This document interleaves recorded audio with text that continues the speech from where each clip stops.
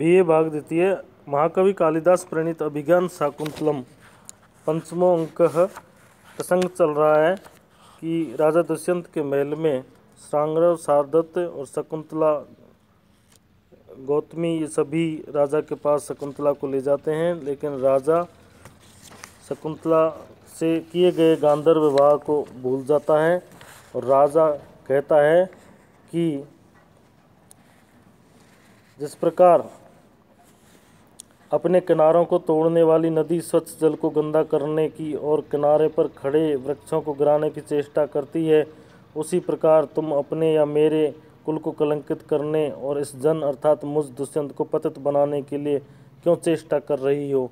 दुष्यंत पर शकुंतला पर आरोप लगाता है दुष्यंत कि आप अनावश्यक मेरे ऊपर आरोप प्रत्यारोप कर रहे हो। व्यपदेशा मावलियुतुम किमिहि से जन्ममं च पातयितुम कुलंक सेवः सिंधु प्रसन्न भटतस्तरुं च। शकुंतला का कथन सुनकर राजा उससे कहता है कि तुम गांधर्व विवाह व्रत की घटना से अपने कुल को कलंकित कर रही हो और मुझे परस्त्री गमन के पाप से पतित बना रही हो। तुम्हारी यह चेष्टा उसी प्रकार की है जिस प्रकार नदी अपने तटों को तोड़कर अपने स्वच्छ पानी को गंदा करती है और तट के वृक्षों को गिराकर नष्ट कर देती है। शकुंतला कहती है कि अच्छा, यदि वस्तुतः मुझे परस्त्री की शंका करने वाले आपने ऐसा कहना प्रारंभ किया है तो मैं इस अभिज्ञान परिचायक अंगूठी से आपकी शंका को दूर करती हूँ। राजा कहता है कि यह उत्तम प्रस्ताव है।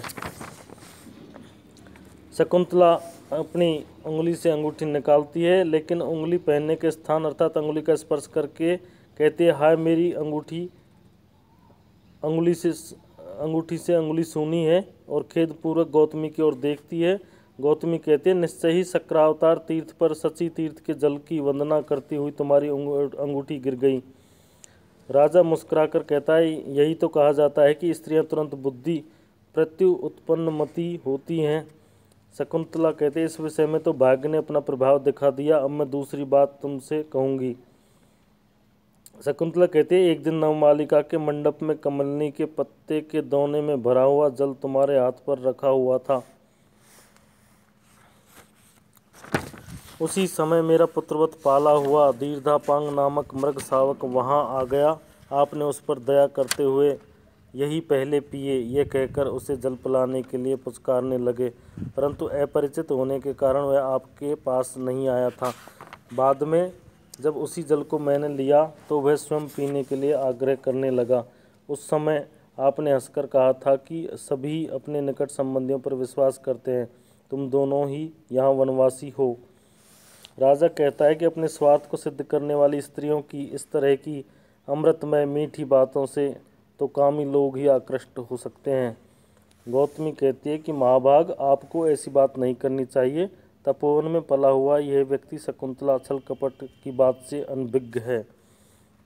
राजा कहता है कि हे वृद्धा तपस्विनी, स्त्रीणाम शिक्षित पटुत्व अमानुषीषु संदृश्यते किमुतयः प्रतिबोधवत्यः प्रगंत ऋक्षगमनातः स्वंपत्यजातः मन्येर्दिजे परभ्रता खलु पोषयन्ति।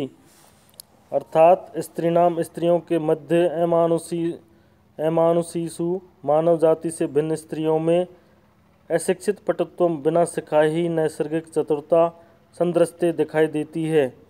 प्रतिबोधवत जो वाग व्यवहार एवं क्रिया कुशलता में पूर्ण ज्ञानवती है, किमुते उनका कहना ही क्या। परभ्रता खलु, क्योंकि कोयलें अंतरिक्ष गमनात् प्राकः, आकाश में उड़ने से पूर्व, स्वयं अपत्य जातम अपनी संतान को अन्य दिजई अन्य पक्षियों से अर्थात कौवों से पोषयंती पालन करवाती हैं। अंगूठी खो जाने से विरत होकर शकुंतला राजा को आश्रम में घटित प्रसंग सुनाती हैं।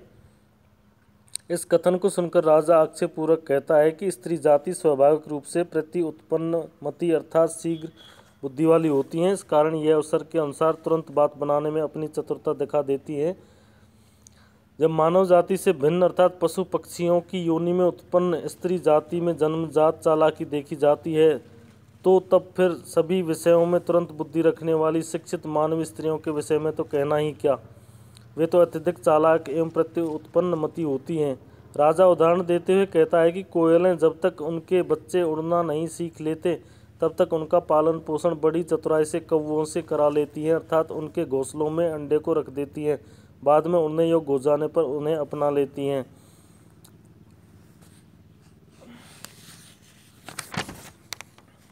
प्रस्तुत श्लोक में उत्तरार्धगत विशेषार्थ से पूर्वार्धगत सामान्यार्थ का समर्थन होने से अर्थांतरन्यास अलंकार है। शकुंतला रूप विशेष से प्रस्तुत होने पर जो सामान्य स्त्री का कथन किया गया है उससे अप्रस्तुत प्रशंसा अलंकार है। किमुत इस पद से अधिक की व्यंजना होने से व्यतिरेक अलंकार तथा वर्णावृत्ति से छेक वृत्ति अनुप्रास है। प्रसाद गुण वैदर्भी रीति तथा वसंत तिल का छंद है। शकुंतला राजा के उक्त वाक्यों को सुनकर क्रोधपूर्वक कहती है कि अनार्य, तू अपने हृदय के अनुमान से ही सबको देखता है, अर्थात तू जैसा वंचक हृदय है वैसा ही दूसरों को और शुद्ध हृदय वाली मुझको भी समझता है। तेरे अतिरिक्त और कौन अब धर्म का कंचुक ढोंग पाखंडी धारण करने वाला घास फूस से ढके हुए कूप के समान तुम्हारा अनुकरण करेगा, अर्थात कोई नहीं। राजा अपने मन में सोचता है कि मुझे संदिग्ध बुद्धि बनाता हुआ इसका क्रोध जान पड़ता है, अर्थात शकुंतला को क्रोध बनावटी नहीं अपितु वास्तविक प्रतीत हो रहा है। अतः मेरा संदेह और भी बढ़ रहा है, क्योंकि इसके द्वारा मय्ये विस्मरण दारु चित्तवृत्तहु वृत्तम रह प्रणयम प्रतिपद्यमाने भेदाद भ्रुवो कुटिलयोर्तिलोहिताक्षा भग्नम सरासनमेवा तिरुषा स्मरस्य, अर्थात गांधर्व विवाह के विस्मरण के कारण कठोर चित्तवृत्ति वाले एकांत में घटित हुए प्रणय वृत्तांत को स्वीकार न करने वाले मेरे ऊपर अति क्रोध के कारण अत्यंत लाल नेत्रों वाली शकुंतला के द्वारा कुंचित भौहों के टेढ़ी करने से मानो कामदेव ने धनुष ही तोड़ दिया हो। विस्मरण दारुण चित्तवृत्तौ, विस्मृति के कारण कठोर चित्तवृत्ति वाले। रह वृत्तम, एकांत में घटित हुए। प्रणयन प्रेम वृत्तांत को अप्रतिपद्यमाने स्वीकार न करने वाले। मई एवं मेरे ऊपर ही अतिरुषा, अति क्रोध के कारण अति लोहिताक्षा उत्पन्न लाल नेत्रों वाली कुटलयो भ्रो भेदा तिरछी भौहों के चढ़ा लेने से मानो स्मरस्य कामदेव का सरासनम धनुष तोड़ दिया है। प्रस्तुत श्लोक में शकुंतला का क्रोध तात्विक है। व्यंजना होने से अलंकार से वस्तु ध्वनि है। इसमें रति स्थायी भाव का अनुसंधान होगा। भग्न में उत्प्रेक्ष्य अलंकार है। अतिरुषा पद अति लोहिताक्षा का कारण होने से पदार्थ हेतु काव्यलिंग अलंकार है। सेकानुप्रास तथा वृत्तानुप्रास अलंकार भी है। वसंत तिल का नामक छंद है।